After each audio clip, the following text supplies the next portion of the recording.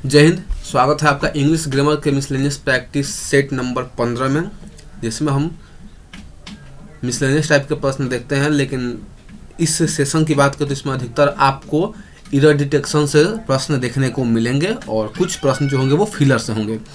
तो चलिए बिना किसी देरी के शुरू करते हैं और देखते हैं एक एक क्वेश्चंस को और उन्हें समझने का प्रयत्न करते हैं।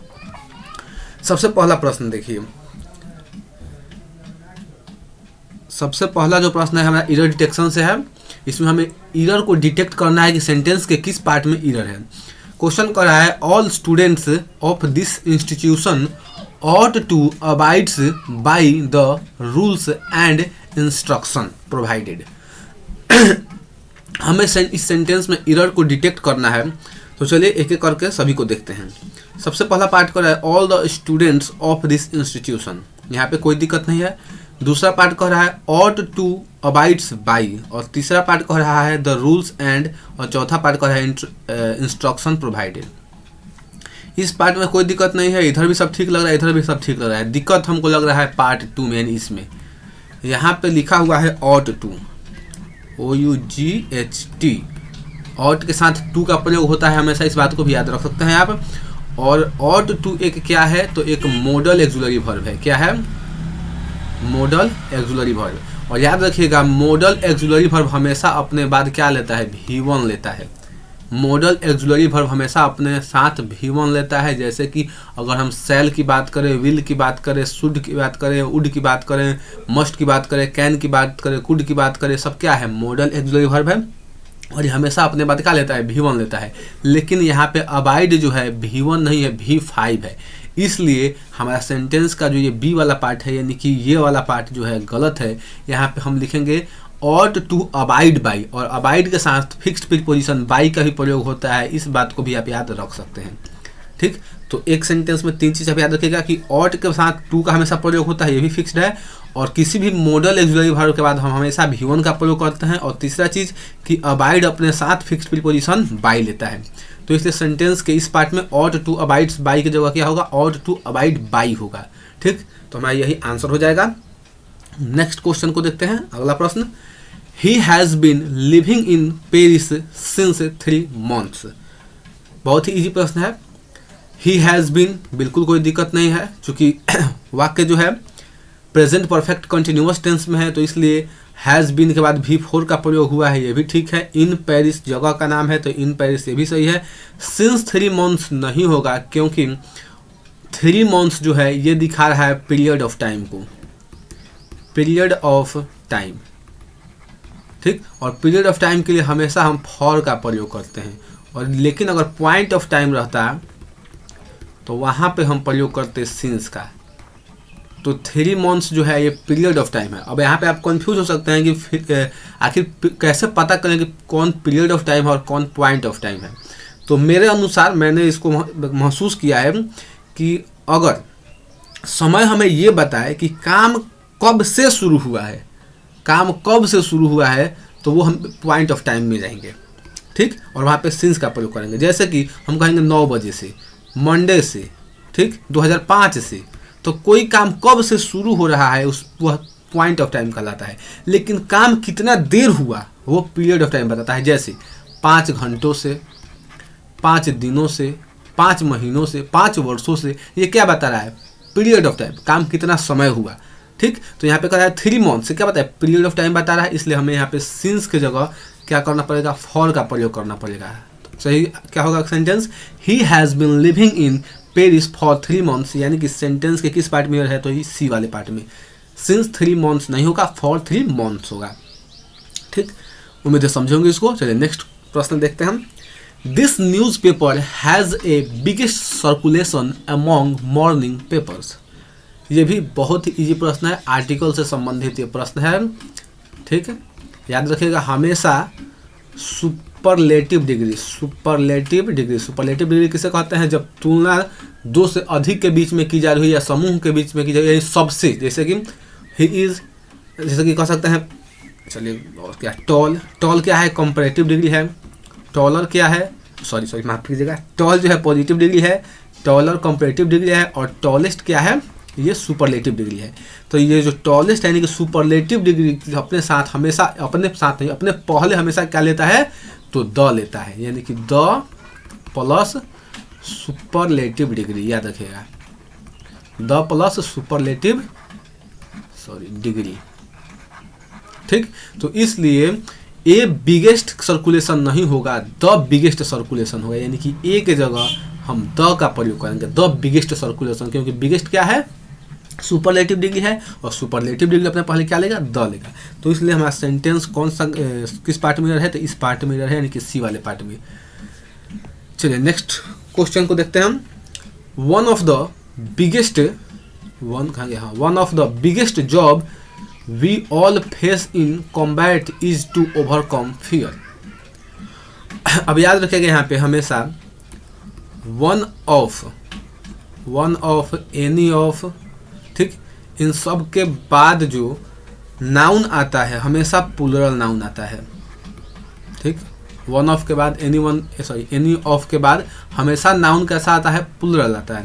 तो यहाँ पे लिखा है one of the biggest job, जो है ये क्या हो जाएगा, गलत होगा। हमें क्या लिखना होगा, one of the biggest jobs, इस जॉब के जगह पे हमें लिखना होगा जॉब्स।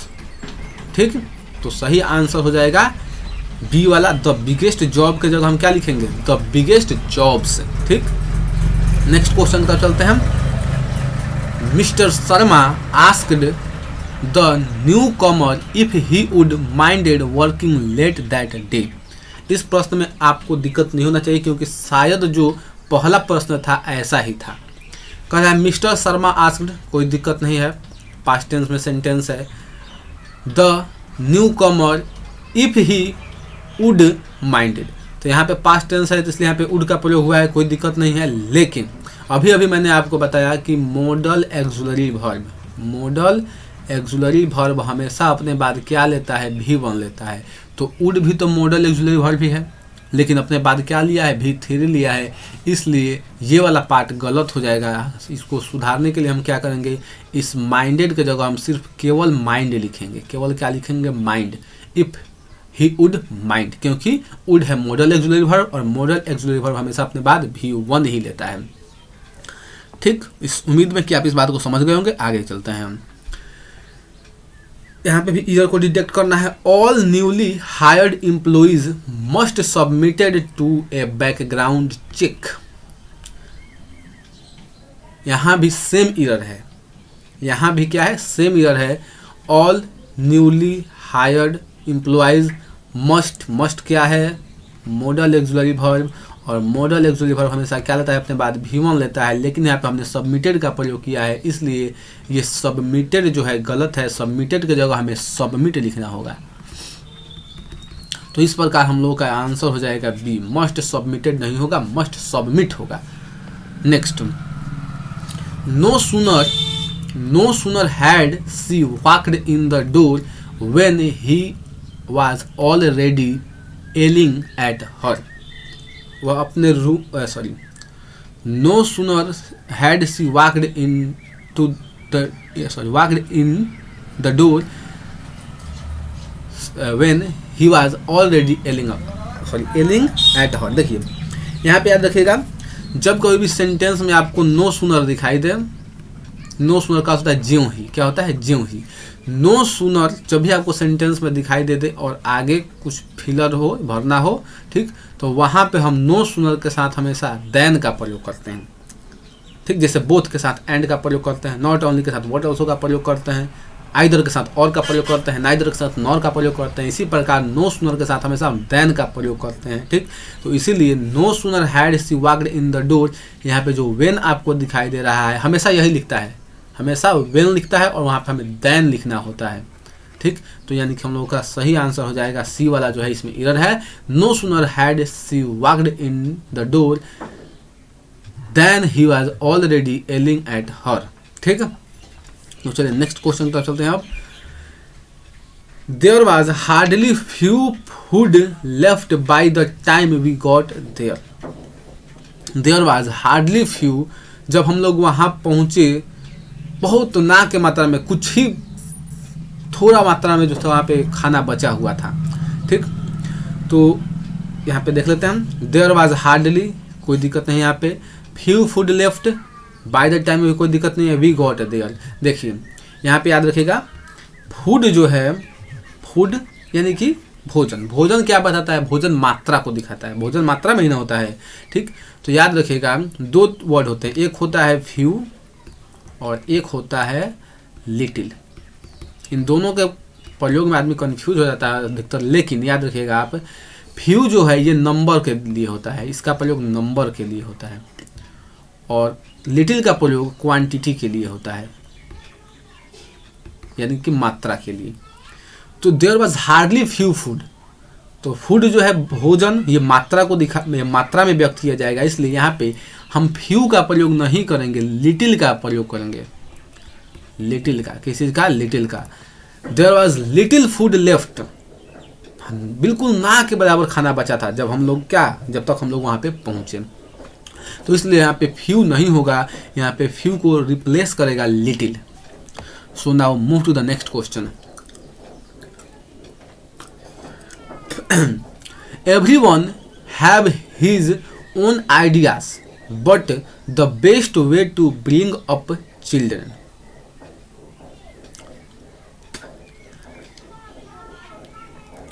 चलिए अब इसको देखते हैं हम। Everyone have his own ideas about, sorry यहाँ पे लगता है पढ़ते समय मैंने गलत पढ़ दिया था, इसलिए थोड़ा मैं बीच में स्तब्ध भी हो गया था, शायद अबाउट को मैंने बट पढ़ दिया था। Everyone have his own ideas about the best way to bring up children, यानी कि bring up मतलब होता है लालन पालन करना, पोसना, ठीक, पालना, ठीक। तो यहाँ पे कह रहा है कि बच्चों को पालने के लिए सभी के लिए अपनी अलग अलग विचारें होती हैं। तो भार में जो हिंदी से मुका लेना था, हमको तो ये डिटेक्ट करना है। एवरीवन से हमें क्या मिलता है? एवरीवन से हमें क्या मतलब, क्या महसूस होता है? एवरीवन यानी कि सिंगुलर को व्यक्त करता है एवरीवन। तो जब एवरीवन सिंगुलर भाव व्यक्त करता है तो जाहिर सी बात है इसके बाद एवरीवन, एनीवन, समवन, एनीबॉडी, इन सब के बाद आने वाला जो वर्ब होगा वो क्या होगा? सिंगुलर होगा। तो हैव क्या है? हैव तो प्लुरल है, इसलिए हैव यहाँ पे गलत होगा। क्या होना चाहिए? हैव की जगह हैज होना चाहिए था। तो आंसर हो जाएगा a, everyone has his own ideas about the best way to bring up children. ठीक, तो उम्मीद है इस बात को आप समझ गए होंगे। नेक्स्ट क्वेश्चन की तरफ चलते हैं हम।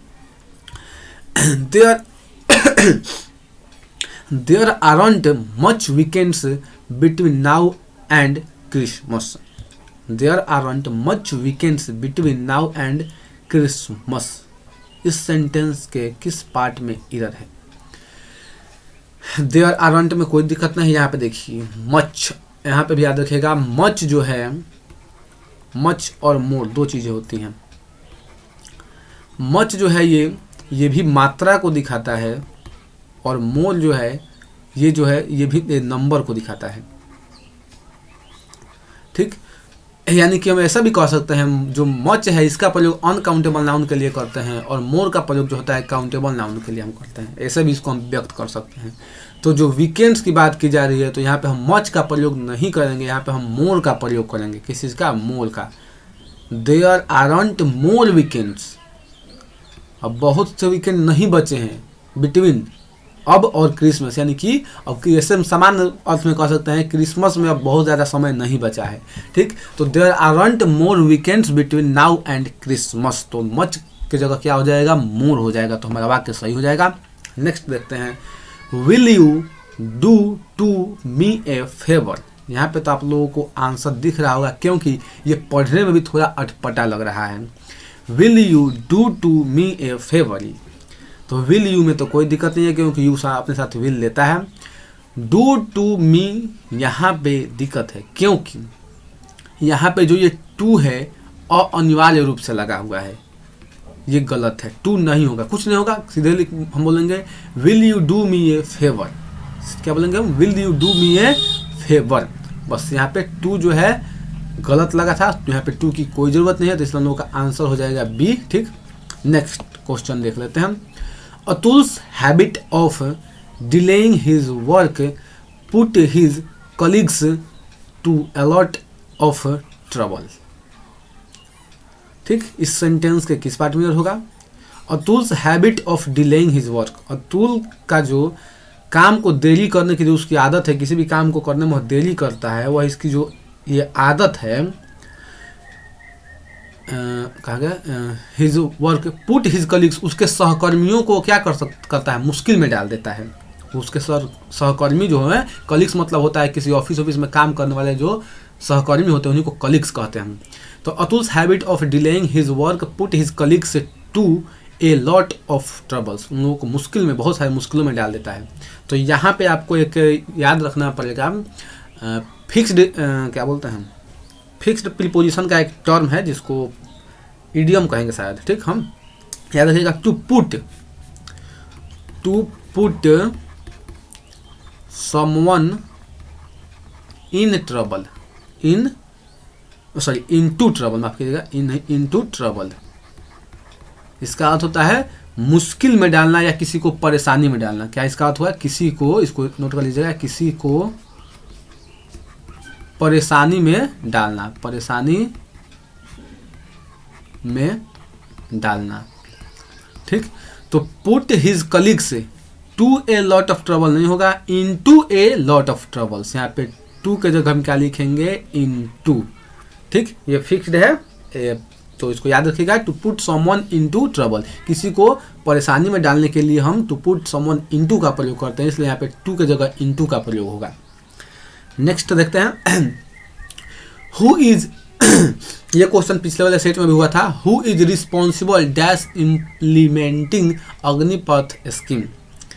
अग्निपथ स्कीम को इम्प्लीमेंट करने या इम्पोज करने के लिए कौन जिम्मेवार है? अब यहाँ पे हमें प्रीपोजिशन यहाँ पे भी चूज करना है, रिस्पॉन्सिबल के लिए इन, ऑफ, फॉर और टू। तो पिछला जो सेट था उसमें मैंने आपको कराया था कि रिस्पॉन्सिबल अपने साथ दो को प्रीपोजिशन लेता है। कौन कौन? एक तो टू और एक लेता है फॉर। टू का प्रयोग कब करते हैं? जब बात रिस्पॉन्सिबल के बाद कोई पर्सन हो या फैमिली हो। जब कोई व्यक्ति अपने फैमिली के प्रति या किसी व्यक्ति के प्रति रिस्पॉन्सिबल हो, जिम्मेवार हो, तो वहाँ पे टू का प्रयोग करते हैं। लेकिन अगर फैमिली ना हो, यदि कोई व्यक्ति ना हो, उसके अलावा कुछ भी हो, तो वहाँ पे हम फॉर का प्रयोग करते हैं। तो बात की जा रही है अग्निपथ स्कीम के लिए इम्प्लीमेंट की। इम्प्लीमेंट मतलब होता है लागू कराना। इम्प्लीमेंट क्या होता है? लागू कराना या करना। ठीक, तो अग्निपथ स्कीम को लागू कराने की बात की जा रही है, तो यहाँ पे अग्निपथ स्कीम कोई व्यक्ति तो है नहीं, फैमिली तो है नहीं, तो इसलिए हम लोगों का आंसर क्या हो जाएगा? सी हो जाएगा, for. Who is responsible for implementing Agnipath scheme. Agnipath scheme implement करने के लिए जिम्मेवार कौन है? नेक्स्ट प्रश्न देखते हैं, प्रश्न संख्या 14। The reason why he could not be arrested was dash he was under the patronage of a minister. वह कारण जिसके चलते वह गिरफ्तार नहीं हुआ वह क्या था? क्योंकि वह एक मंत्री के संरक्षण में था। पैट्रोनेज का अर्थ होता है संरक्षण। पैट्रोनेज का अर्थ क्या होता है? संरक्षण।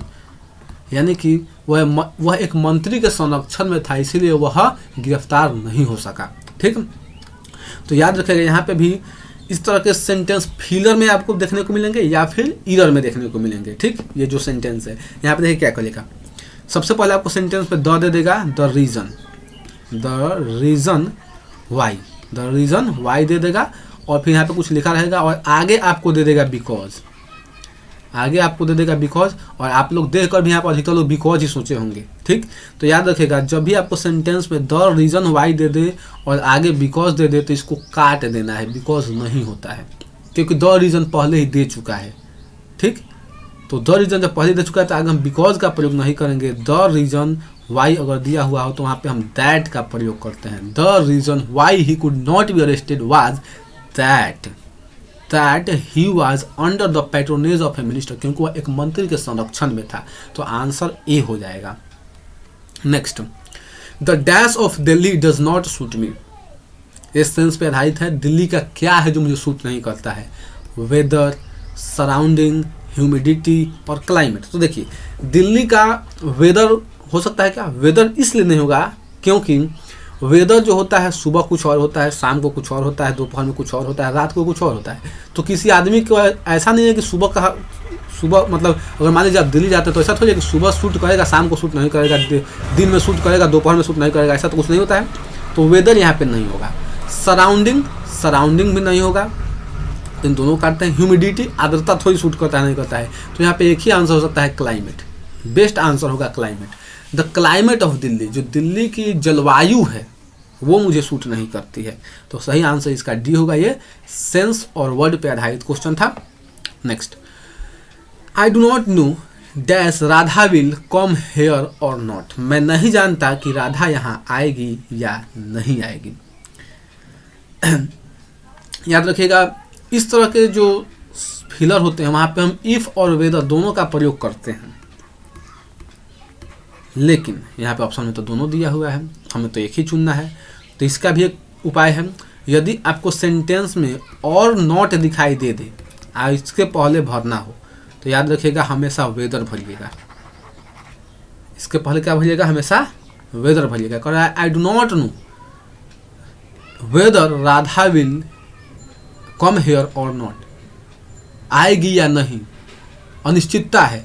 तो यहाँ पे यानी कि समझ लीजिए लास्ट में और नॉट दिखाई दे दे आपको, तो यहाँ पे वेदर ही आप पुट कीजिएगा। इफ और वेदर दोनों में से कोई एक चूज करना हो तो वहाँ पे हम वेदर को चूज करेंगे अगर लास्ट में और नॉट दिखाई दे रहा है तो। ठीक, उम्मीद है समझे होंगे आप। नेक्स्ट देखते हैं हम, माई dash is polite. My dash is polite option में है मदर्स इन लॉज बिहेवियर, यानी कि यहाँ पे समान अर्थ में इसका अर्थ निकाले तो अर्थ क्या है कि मेरी सासू माँ का जो बिहेवियर है, जो बर्ताव है वो क्या है? पोलाइट है। पोलाइट का मतलब विनम्र है। ठीक, तो क्वेश्चन ये नहीं, क्वेश्चन ये हमें देखना है कि ये पोस्ट ऑफिस कहाँ लगेगा, कहाँ लगेगा? मदर्स के साथ लगाएंगे या मदर इन लॉज के साथ लगाएंगे या दोनों के साथ यहाँ पे लगाते हैं, यहाँ पे ऊपर होना चाहिए था, या फिर यहाँ पे केवल एस लगा देते हैं तो ये पोसेसिव केस का काम करने लगता है। तो यहाँ पे देखिए, याद रखिएगा हमेशा जब हम पोसेसिव केस बनाते हैं तो इस तरह के वर्ड्स में पोसेसिव, जैसे मदर इन लॉ है, ठीक, मदर इन लॉ, तो जब पोसेसिव केस बनाएंगे तो यहाँ पे हम एपोस्ट्रोफी एस जोड़ेंगे, यानी कि लाज के साथ जो अंतिम वर्ड होगा।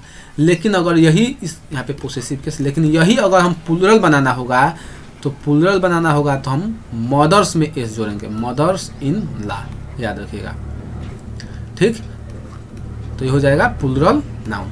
तो पोसेसिव केस बनाने के लिए ला में एस जोड़ेंगे एपोस्ट्रोफी एस, और अगर प्लूरल नाउन बनाना हो तो मदर में एस जोड़ देंगे तो प्लूरल नाउन बन जाएगा। नेक्स्ट प्रश्न को देखते हैं, this was dash book available in the market. तो ऑप्शन देखिए, the most ideal, a most ideal, more ideal या द आइडियल। कह रहा है this was dash book available in the market, the most ideal, a most ideal, more ideal और the ideal. तो मुझे उम्मीद है आप लोग इसका आंसर दिए होंगे ए, जो गलत है। ठीक, सही आंसर हो जाएगा इसका डी, आइडियल, क्योंकि याद रखिएगा वर्ड आइडियल हो गया, यूनिक हो गया, ठीक, आइडियल, यूनिक, परफेक्ट, राउंड और माइनर, मेजर, सुप्रीम, ईटीसी। इनका जो है डिग्री चेंज नहीं होता है, इनका जो है डिग्री चेंज नहीं होता है, इसीलिए हम लिखेंगे this book was the ideal book available in the market. ठीक, तो आंसर इसका डी हो जाएगा। इसे याद रखेगा, ideal, unique, perfect, round, minor, major, supreme, ETC, इन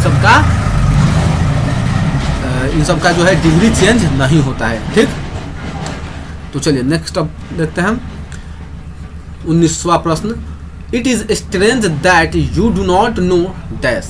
यह आश्चर्य की बात है कि तुम नहीं जानते हो to swim, how to swimming या हाउ टू स्विम। जब आप टेंस पढ़ते होंगे तो प्रेजेंट इंडेफिनिट टेंस में इसको आपको पढ़ाया जाता होगा कि मुझे तैरना आता है, तो आप उसमें क्या लिखते हैं? I know how to swim. मुझे गाना आता है तो I know how to sing. मुझे साइकिल चलाना आता है तो I know how to ride. ठीक, तो यहाँ पे भी वही नियम काम करेगा। This is strange, so it is strange, यह आश्चर्य की बात है, दैट कि you do not know how to swim, कि तुम तैरना जानते हो। ठीक, आश्चर्य की बात है कि तुम तैरना नहीं जानते हो, सर माफ कीजिएगा, तुम तैरना नहीं जानते हो। तो आंसर इसका डी हो जाएगा। नेक्स्ट वर्ड देखते हैं वांट। वांट का साइनोनिम हमें बताना है। ऑप्शन है ए लव, बी है इम्पोर्टेंस, सी है नीड और डी है ड्रीम्स। बहुत ही ईजी प्रश्न है। वांट का अर्थ होता है चाहना, लगाव, तो इस प्रकार ज़रूरत, तो इससे मिलता जुलता, इसके नज़दीक जो है ऑप्शन नंबर सी होगा हमारा नीड। वांट का साइन यहाँ पे नीड होगा। इन तीनों में से कोई नहीं हो सकता और हमें एक आंसर इसी में से चुना है, तो नीड जो है इसके क्लोज है, इसलिए आंसर हो जाएगा सी। तो दोस्तों ये ओवरऑल हमारा सेशन रहा जिसमें मैंने टोटल 20 प्रश्नों को ऐड किया था। इसमें एरर डिटेक्शन के कुछ प्रश्न थे, लगभग 12-14 प्रश्न, और उसके बाद कुछ फिलर के प्रश्न थे। उम्मीद है आपको ये सेशन अच्छा लगा। कैसा आपको सेशन लगा आप ज़रूर लिख के बताइए। तब तक के लिए बहुत बहुत आपका धन्यवाद।